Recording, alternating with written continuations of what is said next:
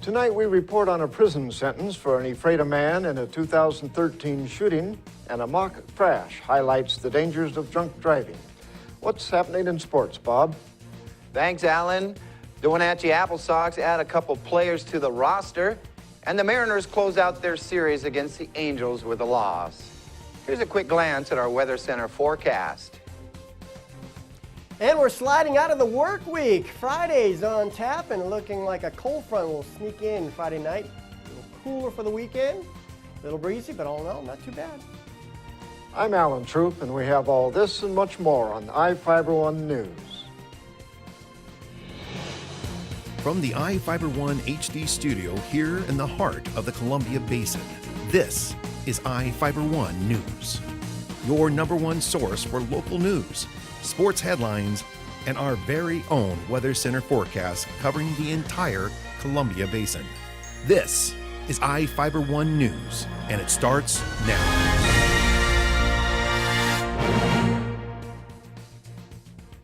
An Ephrata man is serving 19 years in prison for trying to kill a man in a blueberry orchard in 2013.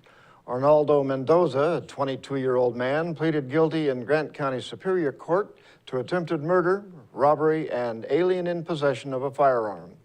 Prosecutors initially charged Mendoza with attempted murder in the first degree, but the charge was lessened as part of a plea agreement. Chief Deputy Prosecutor Alan White said further investigation showed some doubts about whether Mendoza planned to shoot the victim. Mendoza has no previous felony convictions and was sentenced to 19 years in prison.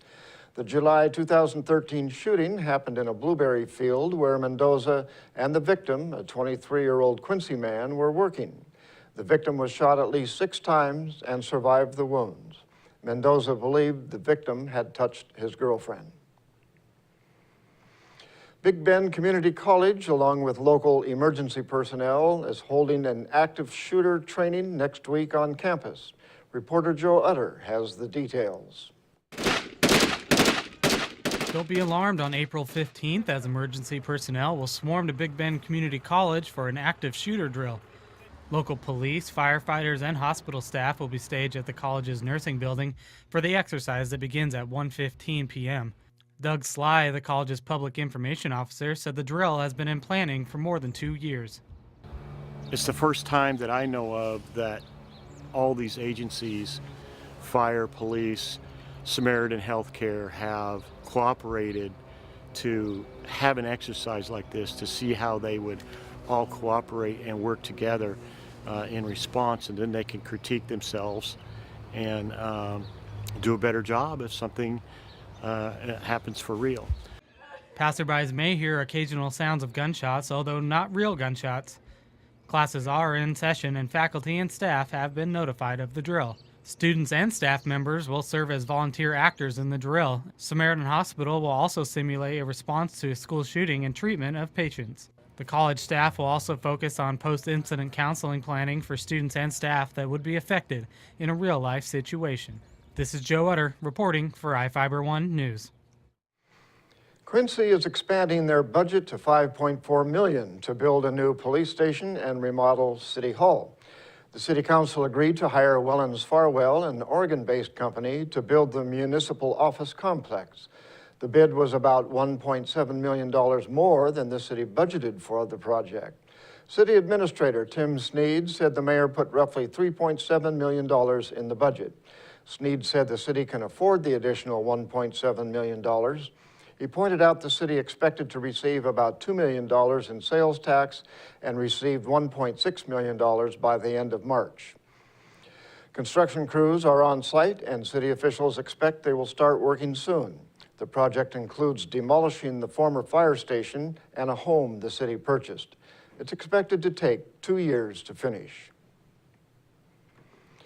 Live Nation is working on a contract with a Pennsylvania-based company to provide medical services at the Gorge Amphitheater.